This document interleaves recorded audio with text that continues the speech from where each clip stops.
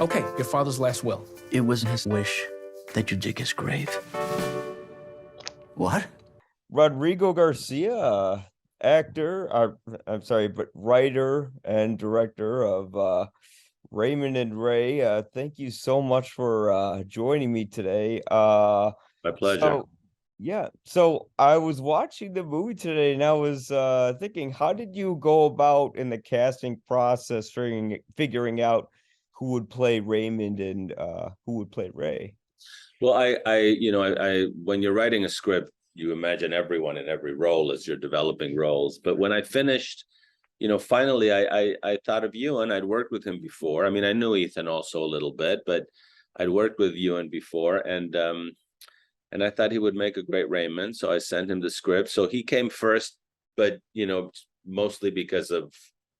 Now, had he said to me, "I'd like to play Ray," then I'm sure I would have considered it. But I always thought he would be a good Raymond, and he agreed. So then, when he and I spoke, Ethan's name was among the first names that came up. So it was the beginning was practical. Who do I know that I like who could be in it? And I thought of Ewan. Yeah, wonderful. So we always hear a lot about Harris in the film, but Raymond and Ray's dad, but that we never like actually get to see him speak or anything like that. We just know him through memories. How did you go about building a character just off of like references from other characters? Well, it's all versions. Everyone. It comes from that question: do you ever know your parents? Do your parents ever know their children? 100%. Everyone has private lives and secret lives and secret thoughts. So and I think people are different with everyone. Each they have a different relationship and present a different version of themselves to each person. So yeah, I mean, I think that the basic premise was, most people they run into don't have that negative idea that they have of him. They have different aspects of him, which of course is unsettling because then it makes you feel, we didn't know him. It doesn't make his behavior towards them any better. But yeah, just every person, I knew that every person they ran into would have a new vision of Harris. And in the end, we don't know. It's all versions. Yeah, because when I was watching it, I was wondering if Harris was like a reformed man or if he actually was like this good person that we didn't know. I Because think he was not. I think he was a bitter man who was not good to his boys and didn't allow them to grow. But it's also true that some people soften with age, and people mellow out, and sometimes get get less angry. I've even read that the homicidal drive of serial killers, even that mellows with age. They seem to lose that drive. I'm not comparing Harris to a serial killer, but yes, I think he softened a little bit. And towards the end, I think he was thinking of the boys, and like he said to Lucia, I can't reach out to them because the boys and the men are not the same thing. Yeah. Now, did you do like a lot of personal digging with this movie, or I think from what I've read, this is like all completely fictional, but was there Yeah. anything maybe? No, there's nothing that's even personal or related to anything real. But your preoccupations make your way into your writing. I mean, no one can hide from his or her own writing. And in this case, I guess the themes are, just you're joined at the hip to your loved ones and sometimes to your not so loved ones. And it's very hard to break away. Just because people die doesn't mean the relationship is over. Right. How did you find a balance between humor and drama in the film? Because it balances it pretty well throughout. Well, I mean, I knew it was dramatic because of the feelings that the men had to deal with.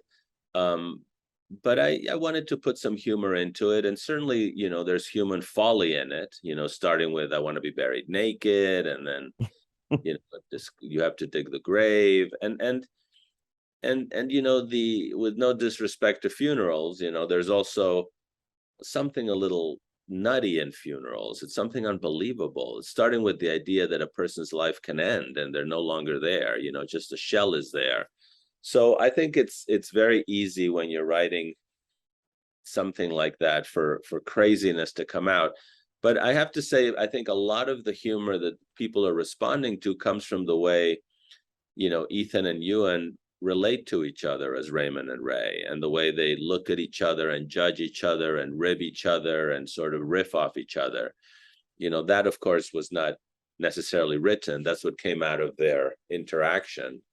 Um, but listen, I'm glad that combination works as well as it does, and also that people laugh at the right places. Obviously, once Raymond blows his top at the cemetery and expresses anger fully, I didn't want people to be laughing there, and fortunately, mostly they do not. Right. But I think I know what scene you're referencing, but I don't want to give it away because it's Yes, when that's one of the funniest parts. when he finally expresses his emotions. Let's put it Yeah. that Right, exactly. Raymond did say this thing to Ray at the film where he said, I ended up repeating the history of my father, and that's what children always do. We always repeat. Do you believe that to be true, or is that just something that's true for Raymond's state of mind due to Well, his I mean, emotions? it obviously it varies from case to case, but it's not uncommon for, children of people who are abused to be abusers. Not everyone repeats. In fact, some people make it their life's mission not to repeat, not to be the bad parent that they had. But it's very common to repeat. Yes, I mean, it's sadly common. It's a theory, it's a generalization, and I think in that instance it was, Raymond trying to find ways to excuse his father, whereas I think deep down inside he's the angrier of the two. No, yeah, he definitely proved that. So where did you end up developing this story? Like, how did you kind of put all the pieces together into this narrative? I don't know where the idea came from. Originally, it was only one guy, the trumpet player, but and he was digging the grave, and the reverend was there, and a woman showed up with a child, but I couldn't make it any longer than a short movie, and it wasn't until I thought that it could be, two half brothers and with the same name, which already told me a level of, damage there. Mhm. Yeah. So I noticed that there was a great line in Nine Lives talking about how there's like a bad situation and we either later live to regret it or laugh it off.